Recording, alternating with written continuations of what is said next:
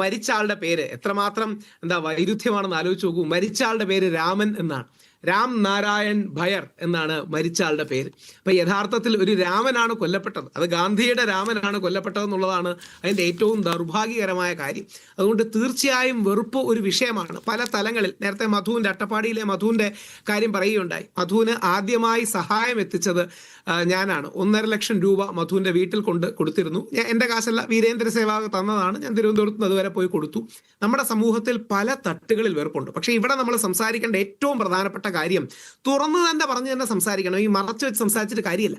ഇസ്ലാമോഫോബിയയാണ് ഇന്ന് ഇന്ത്യയിൽ ഏറ്റവും കൂടുതൽ വ്യാപിക്കുന്ന വെറുപ്പ്. ഒരുപാട് കാലമായി പല തലങ്ങളിലുണ്ട്. എന്നാൽ ഇന്ന് പ്രകടമായി അതുണ്ട്.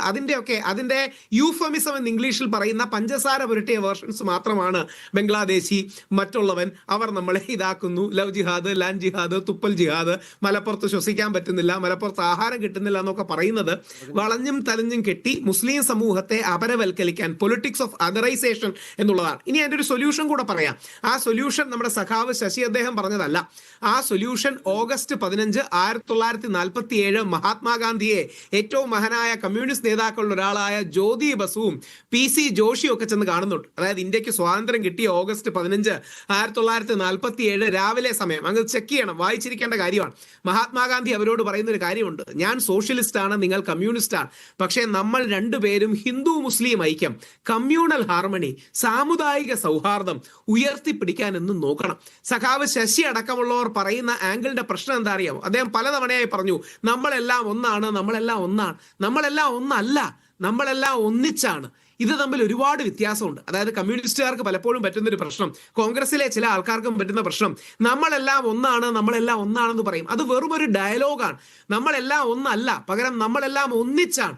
ആ ഒന്നിച്ചാണെന്ന് പറയുന്നതാണ് ബഹുസ്വരത, ഐക്യം, സ്നേഹത്തിന്റെ പാലം. മറ്റേത് ഏകശിലാത്മകത. നമ്മുടെ BJP സുഹൃത്തുക്കൾ യൂണിഫോം സിവിൽ കോഡ് പറയുന്ന ഏകശിലാത്മകതയുടെ മറ്റൊരു ആർഗ്യുമെന്റ് മാത്രമാണ്. അപ്പൊ നമ്മൾ ഒന്നിച്ചാണെന്നുള്ള തിരിച്ചറിവും സ്കൂൾ തലങ്ങളിൽ തൊട്ട് സൗഹാർദ്ദവും സാഹോദര്യവും ബാലൻസും കൊണ്ടുവരേണ്ട ആവശ്യവും ഏറ്റവും കൂടുതലാണ്. ഇനി ഒരു കൗതുകമുള്ള കാര്യം കൂടെ പറഞ്ഞ് അവസാനിപ്പിക്കാം.